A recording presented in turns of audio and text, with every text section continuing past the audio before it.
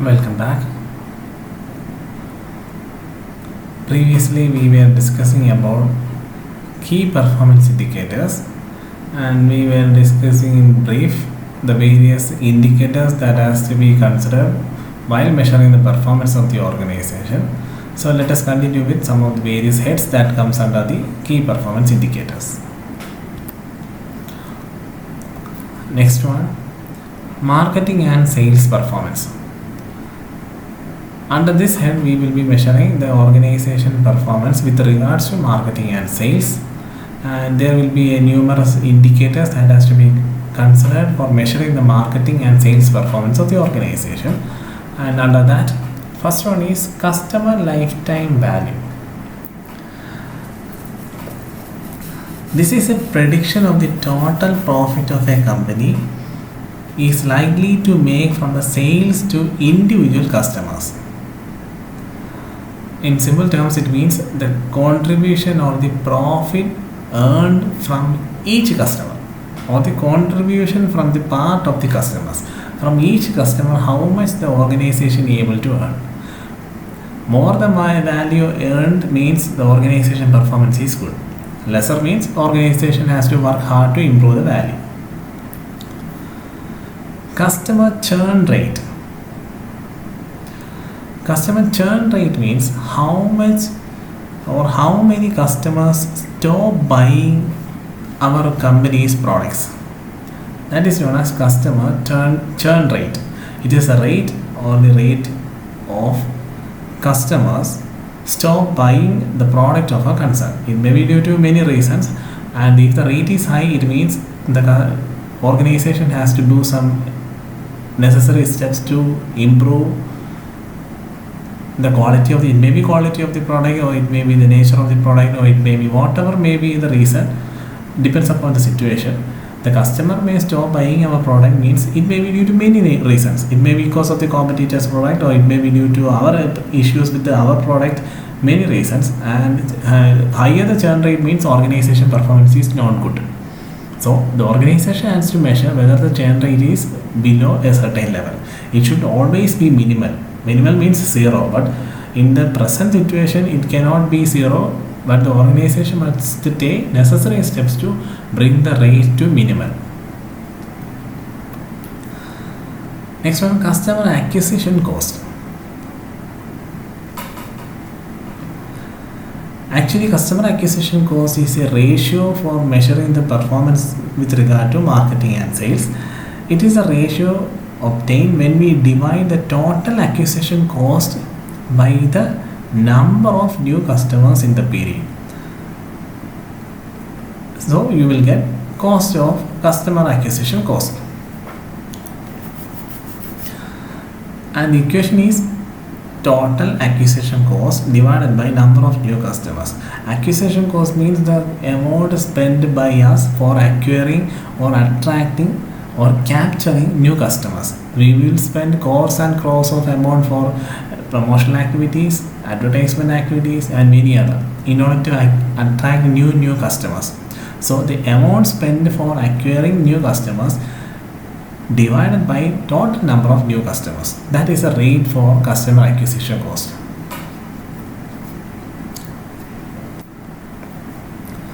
Next one, customer satisfaction and retention.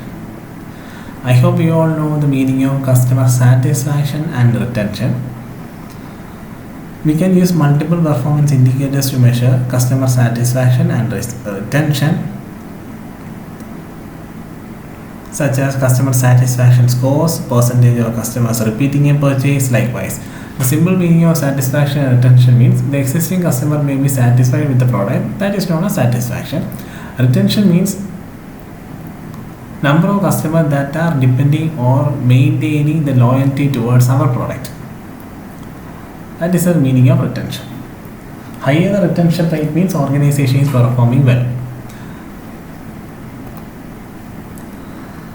Net Promoter Score, or otherwise known as NPS. To determine the NPS score, send out quarterly surveys to customers to see how likely it is that they will recommend the organization to someone they know. in simple terms, it means how much is the percentage or the share of word of mouth promotion from the part of the customers. How many customers are going to suggest our product to other customers or other people likewise. So net promoter score is the meaning, in simple words, it means what is the rate of word of mouth promotion from the side of the customer. Higher rate means the product organization is performing well with regard to marketing and sales. Next one, number of customers. It is a most common method of measuring the marketing and sales performance. As the name suggests, by determining the number of customers we have gained and lost, we can further understand whether or not we are meeting our customers' need. If we are gaining more and more customers, it means we are able to satisfy the needs of the customer. If we are losing customers, it means somewhere something is issuing the satisfaction of the customers. So organization must take necessary steps whenever the organization is feeling that their customers are losing. Turnover or revenue is the most common method. It is a revenue generated by the different segments of customers or different types of customers. Population is a measure of marketing performance. Higher the revenue or turnover means organization is performing well. Market growth rate. It analyzes the change on size of a given customer group in a particular market over a period of time. If the growth rate is increasing as per the expectations, it means the performance is good. If the growth is not up to the mark, it means the organization need to take necessary actions. And finally, brand equity. I hope you all know what is the meaning of brand equity. This is a value premium that a brand name provides to the product. This can be done by measuring loyalty, awareness, retention, etc. Not only brand equity or not only all these 9 points, there are many tools that act as an indicator for measuring the marketing and sales performance of the organization. Not only these 9 methods or tools are used, there are a number of tools depending upon the nature and requirement of the organization. They may select some of the tools as an indicator for measuring marketing and sales performance. Next category is supply chain and manufacturing performance. The key performance indicators measuring manufacturing performance includes first and the foremost one, percentage of defective products. When we take the number of defective units and divide it by the total number of units produced in the period under consideration, we get the percentage of defective products. So, if the organization is having a lower rate, it means the organization is performing well. Because out of total products, if the percentage of defective products is very low, it means organization is performing well. But if the rate or the percentage is high when it is compared to total number of units produced, then the organization must take necessary actions to bring down the percentage of defective products, because defective products will lead to many issues that such as customer dissatisfaction, more service costs, more warranty issues, more product turnover, likewise. Even the organization can lose the existing customers. Next one, manufacturing cycle time. Actually, this measures how long it takes to manufacture a product. The organization must take necessary steps to minimize the manufacturing cycle time. Next one, carrying cost. This is the cost of carrying or storing the products. Organization always take necessary steps to minimize the carrying cost. The best method for minimizing carrying cost is sell the products that are produced as early as possible. Next one, percentage of out of stock items.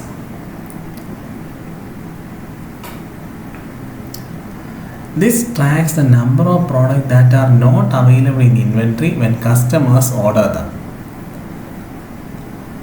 The organization always must make sure the percentage of out of stock items, it should always be minimal, because whenever the customers come to our organization or our business or our shop for a certain products, if it is out of stock, surely customer will go for our competitors. So it is up to the organization to maintain the stock of certain products. But remember, piling up of a products will leads to loss.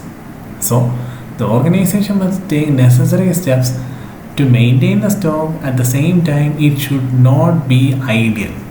Idle means the product which have no use. Simply storing in the warehouse doesn't mean that it will bring profits. So the organization must reduce the percentage of out of stock items. And next one, overall equipment effectiveness. Overall equipment effectiveness is a set of broadly accepted non-financial scales which reflect the manufacturing success. There is an equation for measuring the overall equipment effectiveness. The equation is availability into performance into quality. There will not be any problem with regarding that, but you need to be aware about how to find the overall equipment effectiveness. By availability, it is a percentage of actual amount of production time the machine is running to the production time the machine is available.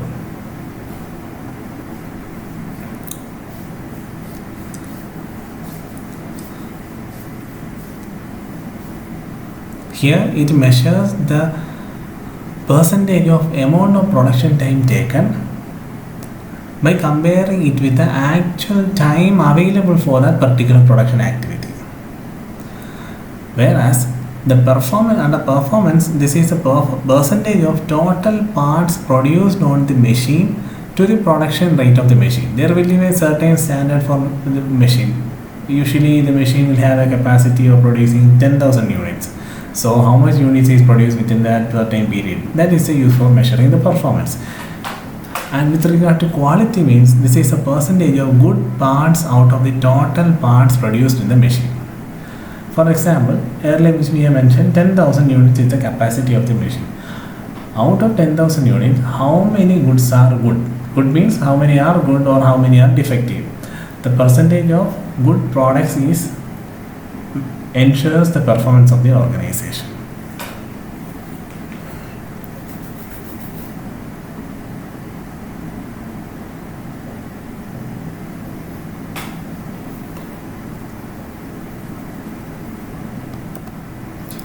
Next one, back order rate. This is a metric quantifying the number of orders that can't be filled when they are placed. In simple meaning, it means how many orders that the organization was not able to meet. The organization might receive a number of orders during the certain period, and sometimes the organization may not be in a position to fulfill all these requirements. So how many orders the organization was not able to meet, that is known as back order rate. If the rate is high, it means the organization performance is not good. Return rate. In simple terms, it means how much is the percentage of sales returns. Higher the sales return means somewhere some issue is happening in the organization. The top level must take necessary steps to reduce this return rate. And finally, yield. Yield is a percentage of correctly manufactured products without rework or scrap. That is the meaning of yield with regard to supply chain and manufacturing performance. Don't think that yield represents the income or profitability or contribution or margin. Likewise, in supply chain and manufacturing performance, yield represents how much is the correctly produced products, or how much is a product with that doesn't need any rework or re-scrap or repair. Likewise, that is the meaning of yield.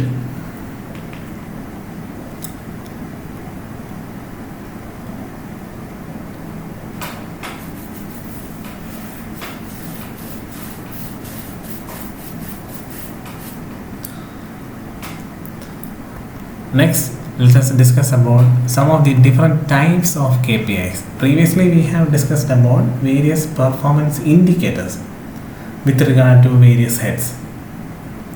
So, we will discuss about different types of KPI depending upon the nature of the requirement.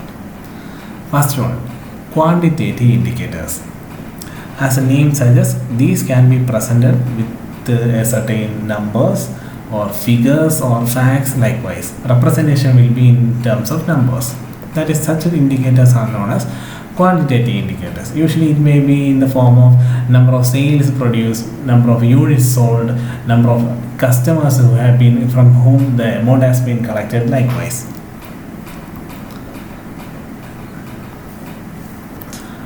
next, qualitative indicators. As the name suggests, these details can't be presented as numbers.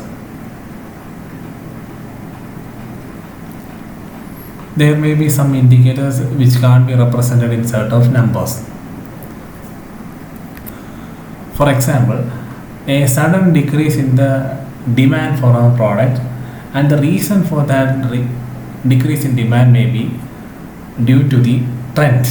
Trend means our product might be outdated with the existing trend. So such cannot be represented in quantitative terms. Such are known as qualitative indicators. There are some situations where you will be considering qualitative indicators for measuring performance. Next one, leading indicators. Leading indicators can predict the outcome of a process. These predict the future success, whether the organization is going to be successful in the future or it may be going to be a failure in future. Likewise, so such indicators will give a glimpse into the general performance of the organization. For example, if the number of customer dissatisfaction increases or if the number of sales return increases, that means the future of the organization will be in danger. Such indicators are known as leading indicators. Next one, lagging indicator. As the name suggests, these present the success or failure. These indicate the past success.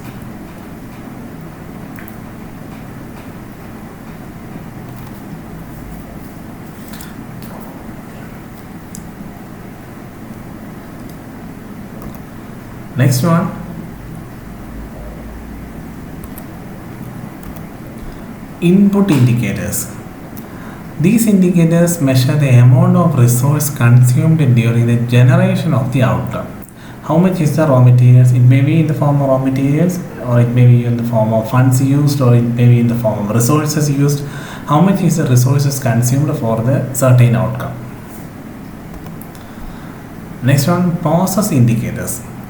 These represents the efficiency or productivity of a particular process.